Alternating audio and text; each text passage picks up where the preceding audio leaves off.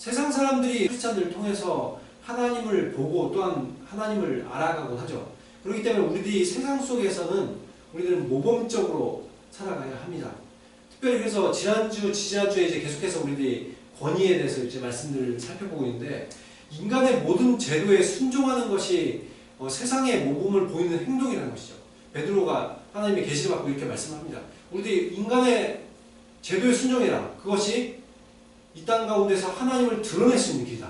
우리들이 모범적으로 행동할 때 그 사람들이 하나님을 알게 될 것이다 하면서 첫 번째로 들었던 예가 뭐였어요? 그 세상의 어떤 인간의 모든 제도에 대해서 첫 번째는 정부에 순종하는 것이죠. 그래서 우리 좋은 시민으로서 정부에 순종하는 시민으로 살아갈 때 기독교에 대한 어떤 국가적이나 아니면 사람들에 대한 비방들이 많이 사라지고 결국 하나님을 증거할 수 있는 기회들이 많이 늘어난다는 것이죠. 그렇기 때문에 기독교인들이 보면 많은 경우에 이제 국가에 굉장히 순종하는 모습들 많이 보여왔죠. 그렇기 때문에 우리 오히려 요즘은 국가에 순종하면 욕을 많이 하더라고요. 그죠? 그래서 크리스찬들이 보통 여당편을 많이 들어왔어요. 그러다 보니까 굉장히 요즘은 크리스찬들 그것 때문에 또 욕하죠. 크리스찬들이 이렇게 여당편을 든다고. 그러나 성경에서는 정부에게 순종하라고 얘기하고 있습니다. 그것이 정부가 뭐 대단하고 뭐 지금의 여당이 뭐 잘하고 있고 이런 차원이 아니죠. 세상에 뭐 그러면 지금의 어떤 야당들이 여당이 되면 굉장히 정치를 잘할까요? 그런 우리들이 많이 이제까지 봐왔잖아요. 그러나 그렇다고 해서 정치를 그렇게 잘하지는 않습니다. 어떤 당이 되든 간에 정치를 못하는 면도 있고 잘하는 면도 있어요. 그렇기 때문에 그들에게 어떻게 하는 거예요? 그들이 그럼에도 불구하고 좋은 바람직한 정치를 할 수 있도록 우리들이 그들을 위해서 기도하고 그들을 잘 섬길 때 오히려 더욱더 건강한 건전한 나라가 될 수 있고 또한 하나님 나라에 대한 비방들이 끊긴다는 것이죠. 그뿐만 아니라 직장에서도 마찬가지죠. 우리들이 고용하는 고용주들에게 순종을 하라는 것입니다. 소위 말하는 이제 갑질, 지난주에 얘기했잖아요. 그죠? 갑질하는 많은 사람들이 있어요. 우리들에게 얼마나 가혹하게 대우를 하고 부당한 대우를 합니까? 저는 어디 봤는데 전에 대전에서 편의점에서 식사를 좀 하고 있었어요. 근데 편의점 사장이 참 못됐더라고요. 직원한테 뭐라고 얘기하냐면 이제 직원이 새로 들어오는데 우리가 시급이 5,600원 정도였죠, 올해. 그리고 내년에 5,800원? 6,600원? 느는 걸로 알고 있는데, 근데 4,500원을 주더라고요. 4,500원을 주면서 그나마도 하는 말이, 이렇게 문제가 생기거나 그러면은, 네가 펑크난 건 네가 다 감당해야 되는 거 알지? 이런 얘기를 하고 있더라고요. 그런 얘기를 하는 걸 들으면서 제가, 진짜 제대로 저 사람들 갑질하는 거네. 그러면서 너 아니어도 다른 사람 얼마든지 받을 수 있으니까 잘해라 이런 식으로 이제 얘기를 하더라고요. 그러니까 그걸 보면서 지금 정말 이제 대학교 1, 2학년 되는 학생 갖다 놓고 진짜 너무한 거 아니냐. 솔직히 심정으로는 신고해버리고 싶었어요. 근데 그렇게 갑질하는 사람들 그럼에도 불구하고 하나님이 우리들의 어떠한 거를 그들의 주인은 우리들의 고용주는 그 주인이 아니에요. 누구예요? 하나님이 우리들의 고용주라는 거예요. 그러니까 하나님께서 보고 계시다는 걸 알고 그 고용주에게도 그 하나님의 고용주에게 충성하듯이 인간의 고용주에게도 순종을 하는 거예요. 그렇게 할 때 비록 그들은 우리들에게 부당한 대우를 하지만 누가 보고 계시기 때문에 하나님께서 보고 계시기 때문에 우리들에게 그거에 합당한 대우를 하나님께서 해주시다는 거예요. 그것이 성경적 원리라는 것이죠. 그러나 이런 원칙이 가정에도 그대로 있다고 지금 얘기하고 있어요. 그래서 이와 같이라고 얘기를 하죠. 앞에 있는 순종하듯이 이와 같이 그렇듯이 보니까 아내에게 먼저 얘기를 합니다. 아내에게 얘기를 먼저 하는 이유가 있어요. 이 당시의 사회적 풍토가 남자가 가볍기 때문에요. 그렇기 때문에 남자들에게 이렇게 하라 라고 얘기를 해봤자 남자들이 뭐 그렇게 할 리가 별로 없고 오히려 가정의 리더하는 사람들은 남자이기 때문에 그렇기 때문에 여자한테 권면을 하는 것이 오히려 합리적이요. 인간의 제도에 순종하는 것에 합당한 적절한 말이 되겠죠. 그렇기 때문에 그것에 가정에게 먼저 얘기할 때 아내에게 먼저 얘기를 꺼내기 시작하는 거예요. 그래서 자기 남편에게 순종하라. 하나님께서 가정에서도 질서를 세우셨어요. 그런데 그 질서에 가정의 머리를 가장으로 두셨어요. 남자로 두셨어요. 그거는 타락 이전에도 세우신 원칙입니다. 물론 타락 이전에는 지금처럼 남자가 아내를 갖다가 가혹하게 대하는 다든지 부당하게 대하는 이런 풍토는 아니었습니다. 물론 요즘 많이 바뀌어서 다시 바뀌어오고 있습니다만 예전에 로마 시대 때는 아니면 유대 사회는 그것이 굉장히 심했죠. 유대 사회 심지어 그 이혼의 사유가 뭐냐면 밥을 못한다. 아니면 빨래하는데 더럽혀 빨래가 제대로 안 됐다. 이러면 이혼의 사유가 있어요. 이 정도로 여자를 거의 뭐 사람 취급을 안 하는 시대였거든요. 그런데 그런 아내들에게 하는 말이 남편에게 순종하라는 거예요. 물론 예수 그리스도가 우리의 머리시죠. 가정의 머리시고 정부의 머리시고 직장의 머리셔요. 그럼에도 불구하고 하나님께서 질서를 주시고 머리로 남편을 주셨기 때문에 그 남편에게 순종할 것이 여자로서의 책임이 있다는 것이에요. 의무가 있다는 것이에요. 권위라는 것이 존귀함을 의미하는 것은 아닙니다. 남편이 아내보다 존귀하기 때문에는 아니죠. 단지 하나님께서 그것을 대표로 세우셨기 때문에 그런 거예요. 가정에도 누군가를 대표할 사람이 필요해요. 그런데 하나님께서 그걸 대표로 세우신 거예요. 나라에도 대표를 하는 사람이 필요하죠. 그죠? 나라의 대표자가 없으면 나라가 오히려 엉망이 되고 맙니다. 그렇기 때문에 하나님께서는 대표자를 세우시기 원하셔요. 그래서 지금도 누가 있어요? 우리나라의 대표가 누가 있어요? 박근혜 대통령이 우리의 대표자로 있어요. 그죠? 박근혜 대통령이 우리 여러분보다 존귀합니까? 아니요. 전혀 존귀하지 않아요. 그죠? 우리와 똑같은 인간임에도 불구하고 그는 대표자로 있을 뿐이에요. 그렇기 때문에 그의 권위에 우리들은 순종해야 될 의무가 있다는 거예요. 그것처럼 직장에서도 마찬가지로 사장이 없으면 어떻게 돼요? 돈을 벌 수가 없어요. 사장을 하나님께서 돈을 그런 어떤 활동들을 할 수 있도록 세상을 이롭게 하는 활동을 할 수 있도록 세우신 사람들이 원래라면 사장이에요. 그렇기 때문에 그 사람들에게 순종을 하라고 얘기하는 것이고 가정에도 마찬가지로 가정이 화합하고 또한 아름다운 하나님의 성경적 원칙으로 바로 세워져 갈 수 있도록 하나님께서 원래 제정하셨던 사람이 남자라고 가장이라고 그렇기 때문에 그 가장에 대해서 아내가 순종하라라고 성경은 말하고 있는 것입니다. 그래서 이런 대표자의 위치에 있는 사람이 가정의 리더로서 의무와 책임감을 가지고 가정을 이끌어가야 될 책임이 있는 거예요. 근데 정말 좋은 가장이 있는 가정이면 굉장히 좋겠죠. 그렇죠? 여러분의 그 예수 그리스도께서 교회를 위하여 자신을 드린 것 같이 아내를 사랑하라라고 성경은 이야기하고 있습니다. 이렇게 아내를 사랑하는 자기의 몸보다도 자기의 모든 것보다도 아내를 사랑할 수 있는 남편 그리고 자녀를 존중하고 자녀가 정말 하나님의 사람으로 성장할 수 있도록 바람직하게 양육할 수 있는 바람직하게 지도할 수 있는 아버지 그리고 늘 하나님의 뜻대로 행하여 가정에 평안을 주고 또 거기다가 덤으로 돈까지 잘 벌어서 여러분들에게 아내들에게 편안함까지 줄 수 있는 그런 남편이면 굉장히 우리들에게 좋겠지요. 그런데 여러분들의 주변에서 보는 아버지, 남편은 어떠합니까?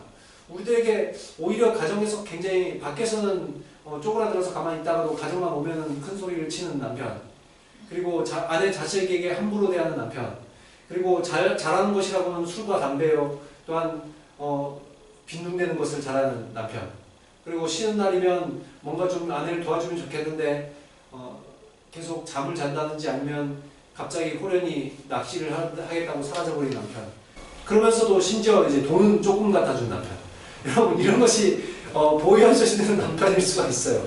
그렇죠? 남자들은 나 정도면 괜찮은 남자겠지 그리고 나는 아내에게 잘하고 있어 라고 생각할 수 있지만 아내 눈에 보여주는 남편은 그렇지 않을 수 있다는 거예요. 심지어는 오늘 보니까 이런 사람들에 대해까지도 순전하고 얘기하는데 이런 사람이 있대요. 하나님의 말씀에 순종하지 않는다. 여러분 믿는 자매가 하나님의 그런 이야기에 대해서 무관심한 남자 그리고 불신자에게 결혼을 했을 경우 시집을 갔을 경우 굉장히 곤란함을 겪는 경우를 제가 이제까지 신앙생활을 해오면서 굉장히 많이 보았습니다. 제가 아는 많은 청년들이 그렇게 되었고 또한 제가 알고 있는 많은 집사님들이 남편 때문에 굉장히 힘들어하는 것을 많이 봤어요. 지금 시대도 남편 때문에 여전히 힘들더라고요. 아내가 신앙이 없으므로 힘들어하는 남편은 좀 찾아보기가 어렵습니다. 근데 남편의 신앙이 없음으로 인해서 고생하는 아내들은 아직도 많이 있습니다. 그걸 보면서 정말 이게 결혼이 정말 중요하구나. 다른 어떠한 것보다도 정말 신앙이 있는 사람하고 결혼하는 것이 이래서 중요합니다. 저는 그것들을 많이 보았어요. 그것 때문에 신앙을 잃기도 하고 또한 그것 때문에 계속해서 더욱더 하나님의 같이 연합해서 가정을 하나님께서 세우신 원칙 그거잖아요. 연합해서 하나님의 일을 할 수 있도록 가정에 남편과 아내를 두셨는데 문제는 이게 연합하여서 하나님의 크신 일을 하는 게 아니라 내가 이 사람과 나가 합쳐서 100과 100이 합쳐서 시너지 효과를 내서 200의 하나님의 일을 하면 좋겠는데 이 남편 때문에 내 에너지의 50%를 남편에게 씀으로써 하나님의 일은 50%밖에 하지 못하는, 더욱더 심해서 20%밖에 하지 못하는 이런 것들을 보면서 참 안타깝더라는 것이죠. 그런데 베드로는 이렇게 얘기합니다. 이런 남편일지라도 말로써 고치려고 하지 말라고 얘기하고 있습니다. 성경에서 다른 구절에서는 심지어 이혼도 하지 말라고 하죠. 그런데 여기 보니까 말로써 고치라지 말라는 거예요. 말이라는 것은 여러분, 내가 말로써 열심히 남편에게 이렇게 해야 돼. 당신 교회를 나와야 돼. 당신 이렇게 살아야 돼. 자녀한테 이렇게 해야 돼. 말로써 백날 설명을 해봤자 남편이 고쳐진다는 거예요? 안 고쳐진다는 거예요? 안 고쳐진다. 남편은 어떻게 알아요? 그렇게 얘기하면? 그냥 아내의 잔소리로만 생각할 뿐입니다. 그렇기 때문에 어차피 잔소리로만 생각할 거 대신에 어떻게 하는 거예요? 지금 남편의 피를 들어주고 거룩하고 또한 아름다운 삶의 습관을 보여주라는 거예요. 내가 아내로서 남편에게 최선을 다해서 섬기라는 거예요. 나의 행동에는 가마력이 있습니다. 그래서 아름다운 모습을 보이기 시작했을 때 남편이 오히려 부끄러워하고 결국에는 나도 좀 바람직하게 살아야 되겠다. 이런 마음들을 품게 된다는 거예요. 물론 세월이 아주 오래 걸리죠. 아주 오래 걸려요. 뭐 1년, 1, 2년만 되겠습니까? 10년이 걸릴지 모르고 20년이 걸릴지 몰라요. 굉장히 장기전입니다. 문제는 그럼에도 불구하고 말로는 평생 변하지 않는다는 거예요. 평생 변하지 않기 때문에 차라리 내가 행동으로 섬기라는 거예요. 그럴 때 그 사람들이, 그 남편이 이게 우리들의 마음속에 양심이라는 것들이 있잖아요. 그죠? 그리고 하나님께서 우리들의 마음 가운데 주신 하나님의 흔적들이 있습니다. 그렇기 때문에 그런 것들 때문에 내가 성경적 원칙으로 바르게 살고 남편을 존중하고 섬기기 시작할 때 그 마음 가운데 하나님께서 터치하신다. 그래서 그 사람들 가운데 결국 오늘 보니까 어떻게 돼요? 남편이 그것으로 인해서 구원을 얻게 된다고 얘기하고 있어요. 남편의 영혼이 구원을 받게 되면 우리들 삶 가운데 무엇이 일어나요? 변화가 일어나기 시작하잖아요. 내 라이프 스타일도 구원을 받기 시작합니다. 서서히 변화가 일어나기 시작해요. 그렇기 때문에 이렇게 하는 거예요. 남을 변화시키려 하지 말고 내가 그냥 변화되라. 네가 남편을 변화시키려 하지 말고 네가 변화되라. 그럼 남편이 변할 것이다. 아니 설령 변하지 않는다 할지라도 너는 하나님의 원칙대로 살아라 라고 이야기하는 것이다. 우리는 그 사람이 어떻게 되든 그건 그 사람은 하나님의 문제입니다. 우리는 하나님의 원칙대로 살아야죠. 그렇게 말하면서 오히려 여자들이 갖추어야 될 것이 있다고 얘기를 하고 있습니다. 화려한 말싸움의 재주를 갖추는 것이 아니라, 여러분 그러면 뭘 갖추면 좋을까요? 꽃단장을 잘하면 좋을까요? 그리고 여자들, 성도님들 꽃단장 좋아하시죠? 굉장히 이렇게 보면 이렇게 헤어스타일에 많이, 오늘 좀 신경 쓰고 오셨나요? 헤어스타일에 신경을 많이 안 쓰신 것 같은데 헤어스타일에 신경 쓰시고 앞머리를 자를까 말까 몇 주를 고민하고, 그렇죠? 앞머리 자를까 말까? 남편에게, 남자친구한테 앞머리 나 자르는 게 나을 것 같아, 안 자르는 게 나을 것 같아. 몇 주를 고민하고 잘랐는데 남자들은 몰라요. 잘랐는지 안 잘랐는지. 너 잘랐어? 그래? 표가 안 나는데. 남자들은 잘 모르지만 여자들은 그거 잘랐다고 마음에 들어. 네, 헤어스타일에 신경을 많이 쓰죠. 그리고 뭐 액세서리, 뭐 반지, 목걸이, 귀걸이, 팔찌, 아주 뭐 고급지고 예쁜 것들을 좋아하기도 합니다. 명품 백, 뭐 이런 거. 가을로 쓰면 폼나고. 저 예전에 있던 교회 그 청년 자매가 월급을 받으면 한 3개월치 모아가지고 명품 백을 사는 게 취미더라고요.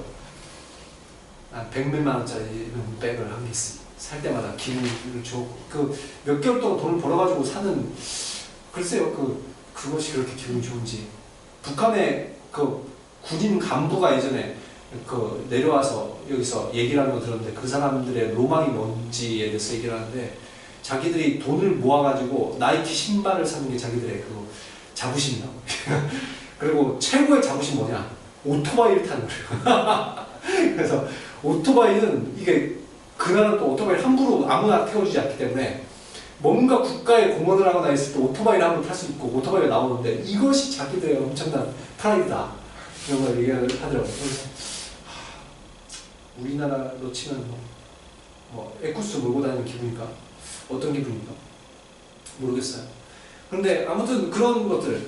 근데 이렇게 뭐 어떤 또 제 친구 이제 사모님, 친구 목사 사모님이 예전에 제가 여자친구한테 무슨 선물하면 좋겠냐고 얘기를 하니까 그 사모님 하는 말이 작고 반짝거리는 걸 선물해 주려고. 본인은 작고 반짝거리는 걸 좋아하세요. 뭐예요, 작고 반짝거리는 거? 반지 같은 거는 다이아 반지 이런 것들.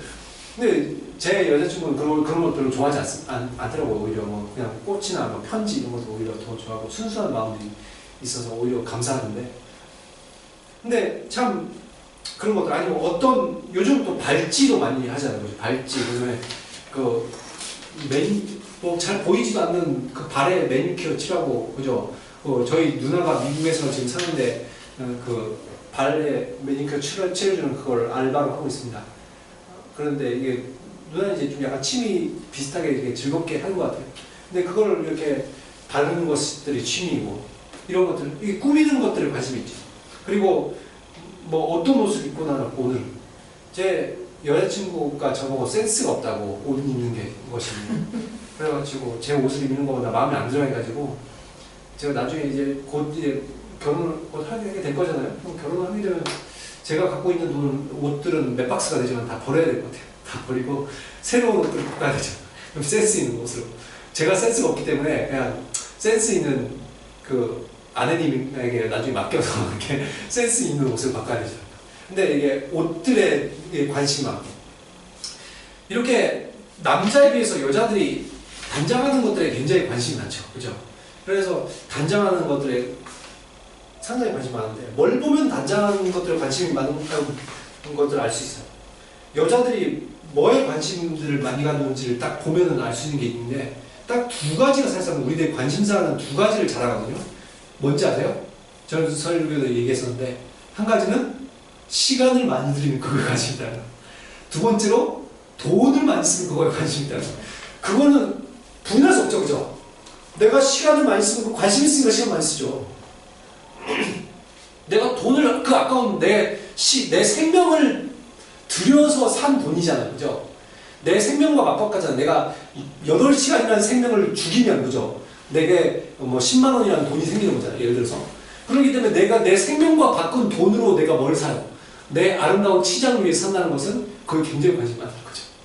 근데 가만 보니까 여자들이 이렇게 옷이라든지 이렇게 외모 치장에 돈을 많이 쓰고 또한 하루에 뭐 기본적으로 한두 시간씩 이렇게 외모 치장에 시간을 들이죠. 그렇다는 건 그거에 관심이 지대하게 많다는 것이죠. 그죠?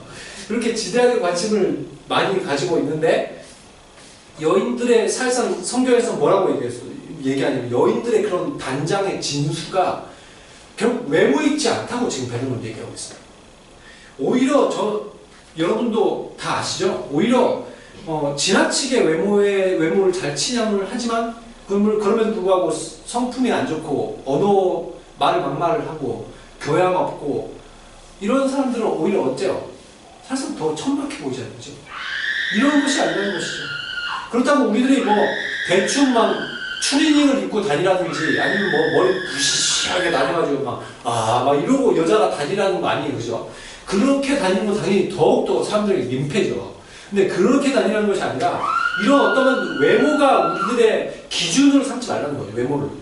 그래서 없어지면 여러분 그런 어떤 돈이라든지 뭐 돈으로 외모는 돈으로 사는 거잖아요. 그죠? 여러분이 돈을 몇백을 들여서 보톡스를 맞으면 외모가 훨씬 좋아집니다. 그죠? 내가 그 몇백을 들여서 코를 높이면 외모가 좋아져요. 연예인들이 40대가 돼도 젊음을 유지하잖아요. 돈을 많이 쓰잖아요. 그렇죠? 여자들 같은 경우 막 500씩 막 이렇게 얼굴에만 쓰는 연예인들이 있더라고요. 그렇게 하면 돈을 많이 쓰면 돼요. 근데 내가 돈이 없어지면, 내가 젊음이 없어져 늙어버리면, 그럼 내 가치가 떨어지나요? 만약 내 가치가 그걸로 평가되고 떨어진다면, 그럼 그것만큼 비참한 인생이 어디 있습니까? 그런데 하나님은 하나님의 형상의 자녀로 봅니다. 내가 외모로 나의 기준을 삼지 말라는 거예요. 내 가치. 뭐로 사는 거라는 거예요. 오히려 진정한 단장이라는 것은 겉으로 우아한 외모가 아니라 오늘 보니까 마음에 숨은 사람이 있다는 거예요. 마음에 숨은 사람이 뭐예요? 내 내면을 얘기하죠.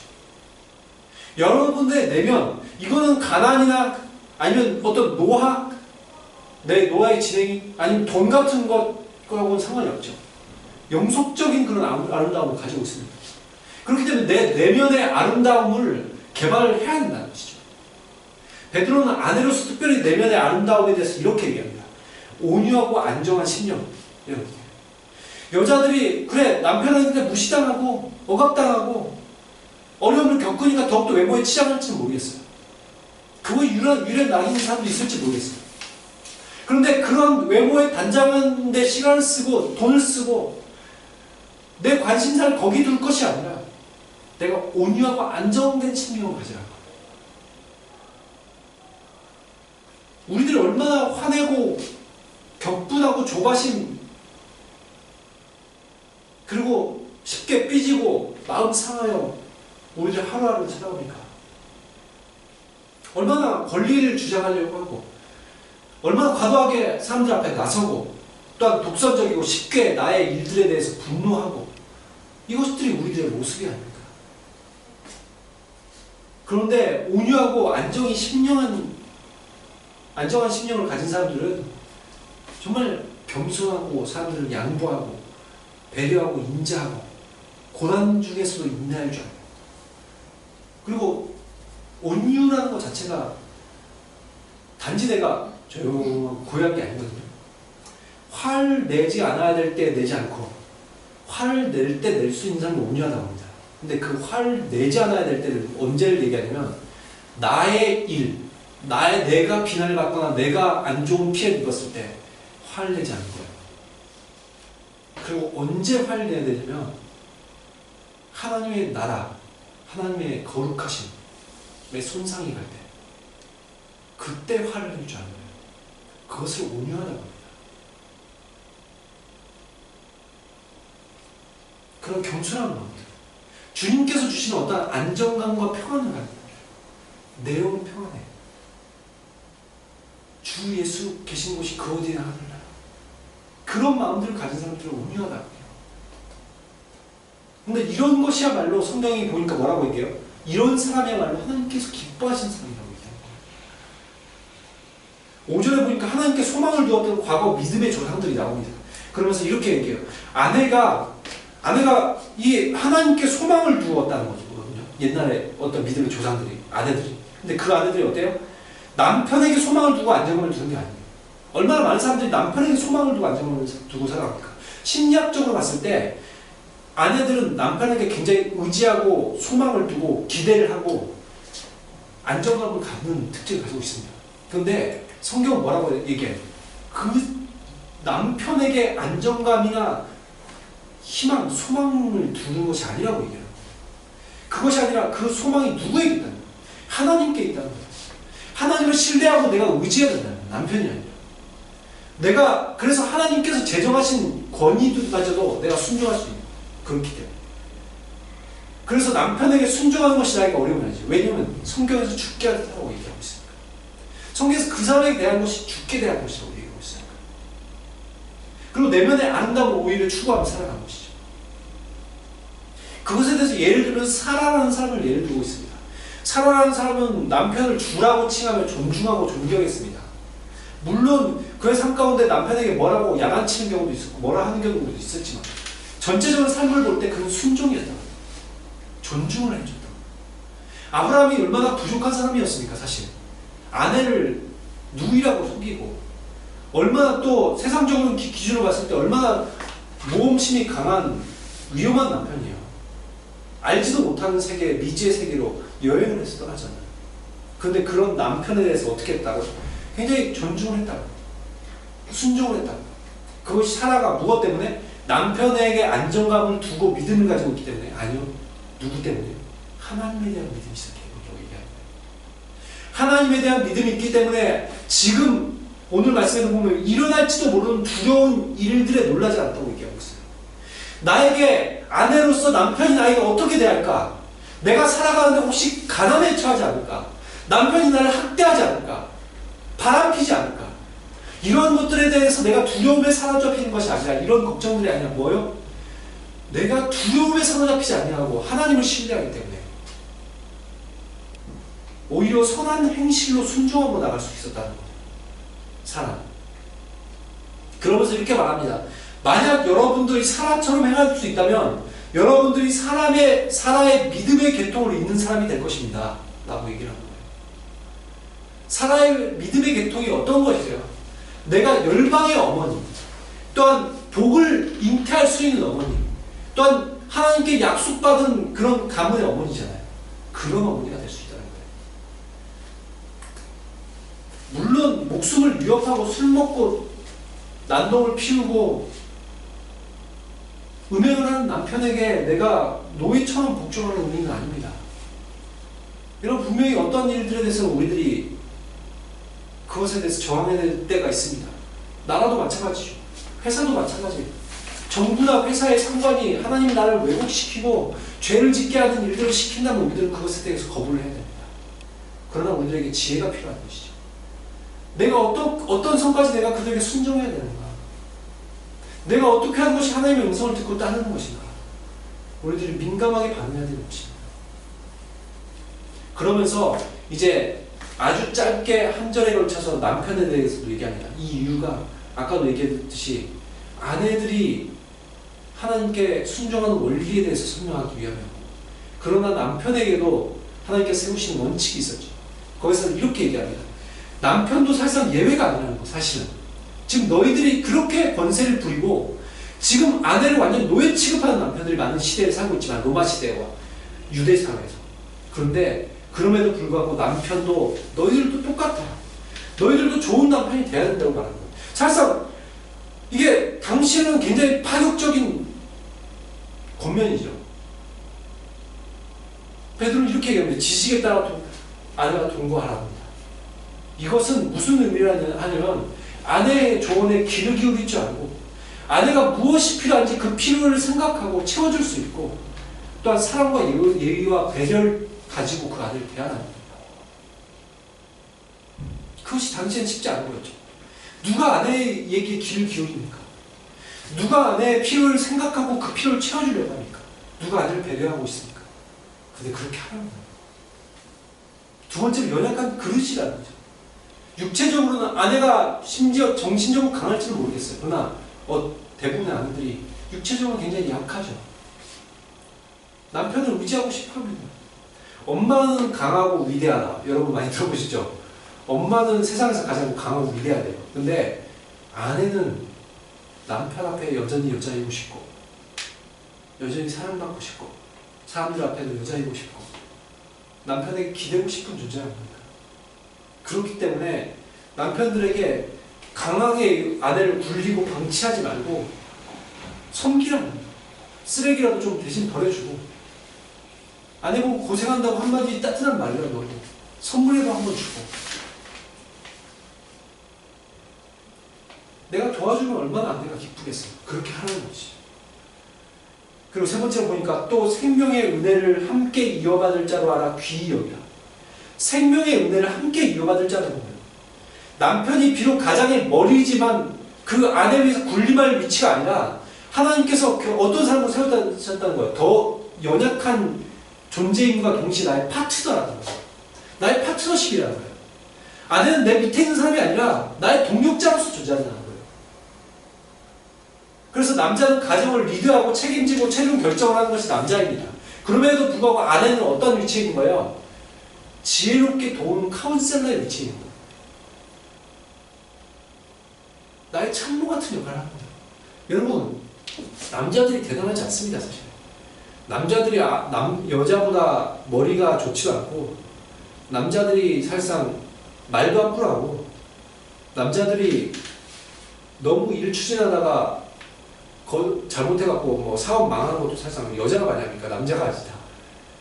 남자는 여자보다 잘하는 게 대부분 주목 외에는 없습니다. 그리고 자존심. 여러분 그런 사람에게 리더로 하나님께 세우셨어요. 근데 참 놀라운 건 세상의 리더들도 그런 사람들이 많아요. 그런데 나라가 돌아가죠. 어떻게 그렇기 때문에? 참모들이 똘똘해서요. 하나님께서 남자들의 특성이 추진력이 있고 힘이 있고 과감성이 있고 결정력이 있어요. 근데 반면에 잘 돌아보지 못하는 특징이 있어요. 그러니까 여자를 잘 돌아볼 수 있는 여자를 붙여주셔서 어떻게 하는 거예요? 참모가 되게 하신 거예요. 가정의 참모. 사실상 유비라는 인물이 뛰어나는 것보다 그를 돕는 제갈공명이나 장비나 관우나 조은 같은 사람이 있었기 때문에 그 나라가 정말 이상적인 나라로 갈 수 있었던 것처럼 그런 것들 아닙니까? 하나님께서 우리들 그렇게 연합해서 아름다운 가정들을 이룰 수 있도록 두셨다는 걸 기억하면서 살라는 것이죠. 그럼 기도가 이렇게 하는 것이 기도가 막히지 아니하게 하는 남편의 삶의 비결이라고 얘기하고 있습니다. 여러분 하나님과의 관계는 다른 사람들의 관계에 영향을 받습니다. 그렇기 때문에 내 지위를 이용하여 아내를 학대하고 어려움을 준다면 내 기도의 문이 막히는 거예요. 내 사역의 문들이 막히는 거예요. 하나님의 성경적 원칙대로 살아갈 수 없겠네요. 그렇기 때문에 비록 가정의 리더로 세움받았지만 남자는 어떻게 해야 된다는 거예요? 실질적인 머리는 내가 아니라 하나님이심을 기억하면서 단지 나는 그것을 위임받았구나. 그렇기 때문에 내가 그 하나님이 머리 되심을 내가 인정하고 가정에 하나님 나라가 임하고 하나님의 주권적 통치가 이 가정 가운데서 시행될 수 있도록 내가 권위를 가지고 다스릴 수 있는 하나님의 성경적 원칙대로 섬기고 다스릴 수 있는 그런 가정이 되어야 되겠구나 라고 생각할 수 있어야 되겠죠.